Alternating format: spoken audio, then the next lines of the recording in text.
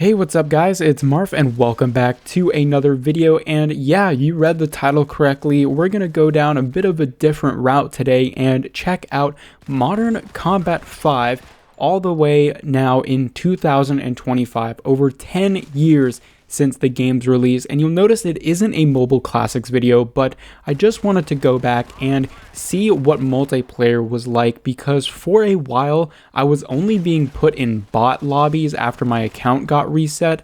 But now I managed to get into real lobbies and actually be able to level up and get some of the guns, get some of the new classes, and actually get some of the tier 7 rifles. You'll see a lot of the gameplay is with the tier 7 bounty hunter rifle. But anyway, I'm getting a little bit ahead of myself. Before I get into the experience of MC5 in 2025, I do want to point you guys into the description where you can check out my new Instagram post. I went hard, I locked in for this one. I think you guys will really enjoy it if you like car stuff. So check that out in the description down below. Also, you'll find a link to my Discord if you want to hang out and chill. And yeah, so let's talk about MC5. So as I mentioned, this isn't a mobile classics video. Usually those are for games that have been sunsetted or taken off the App Store, but really started to define the early eras of mobile gaming. And this didn't really do that. It was definitely released towards the later end of when premium games were being released and shifted more towards freemium. This did actually release as a premium game, but it did quickly transition to that more free-to-play, sort of pay-to-win microtransaction based system that Gameloft is well known for. But anyway, I went back into multiplayer because after I finally got into real lobbies, I started to really enjoy myself. Now, if you saw my recent video about Call of Duty Warzone, you know that one of the things that I really don't like about modern first-person shooters on mobile is that they really try to emulate the actual PC and console experiences and just port all of that to mobile without making any compromises or changes. But that wasn't really the idea behind Modern Combat. Modern Combat set out to give you that fully fledged AAA experience like you would get in Call of Duty, but really design it from the ground up for mobile, and I think that carried all the way even past MC5 into Modern Combat Versus. And if we're ignoring all the stuff about the guns and the balance and the progression, I really did enjoy my time in Modern Combat 5 because it felt like it truly belonged on a mobile device. There weren't excess buttons that I didn't know what they did. There weren't any crazy mechanics that were taken from some other game that really don't deserve to be on mobile or don't really fit.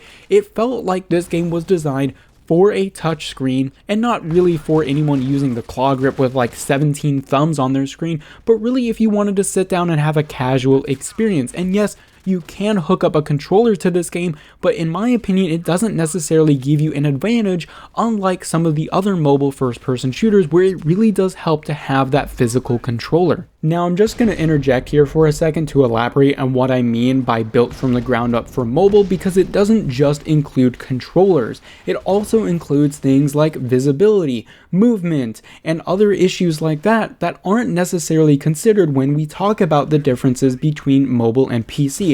I'm going to go back to Warzone because it is just a great example of what, in my opinion, you should not do when porting something to mobile. But one of the issues I have with that game is the visibility. Not only because the maps are just insanely large, which yes, I get, but that isn't necessarily the issue itself. But one of the things that I find difficult is the scope.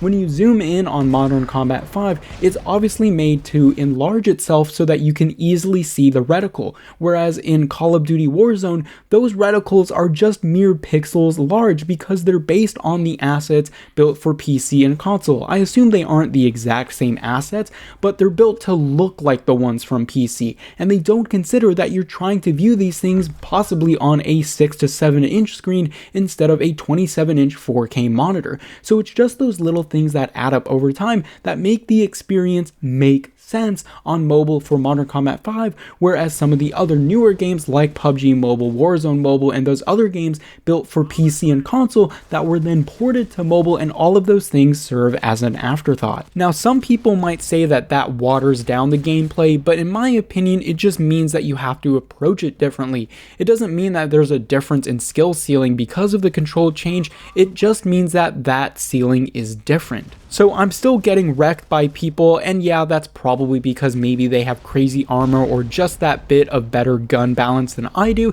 even though I am rocking the tier 7 in this video.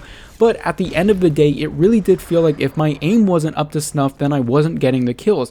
Whereas when I joined a lobby and I felt sharp, it really did give me an advantage because my aim was the most important part, again, just because I did have those higher tier weapons that I could compete with. Now, yeah, I will touch on the balance for a second later towards the end life of this game. Well, it's not really end of life because it's still going, but you get what I mean. It really became obvious how you have to play this game. You have to grind your way to the very high levels of weapons. You can't use the tier 1 through 5 weapons in really any situation. They just aren't worth it. So up until I got to that tier 7 ERG with the bounty hunter, I was having a tough time, especially in multiplayer. It just felt like I was being outgunned. Not necessarily outskilled, but outgunned. And unfortunately, that just has to do more with the game loft and balancing microtransaction side of things rather than the raw gameplay experience, because it really did carry on the legacy of Modern Combat 4 that didn't have this issue because it was a fully premium game.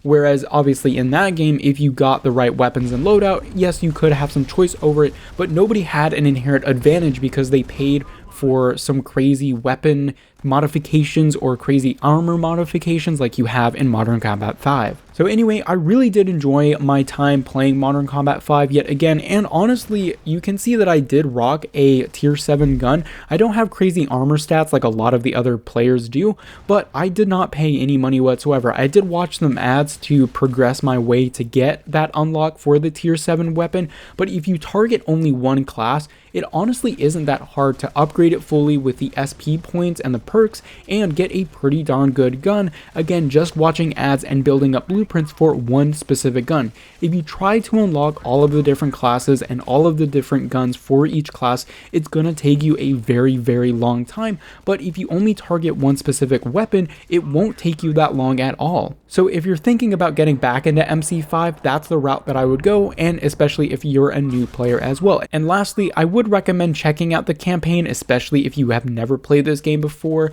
because it is one of the last examples of a proper AAA campaign in a mobile first-person shooter. Am I crazy, or am I just not seeing any more campaigns in first-person shooters on mobile anymore?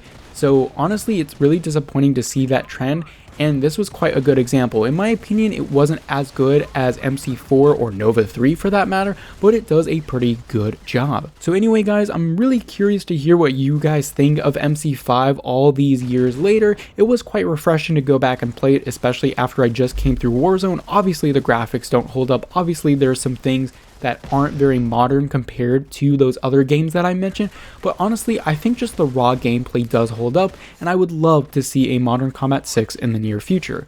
So anyway guys, I hope you enjoyed, and I'll see you all later.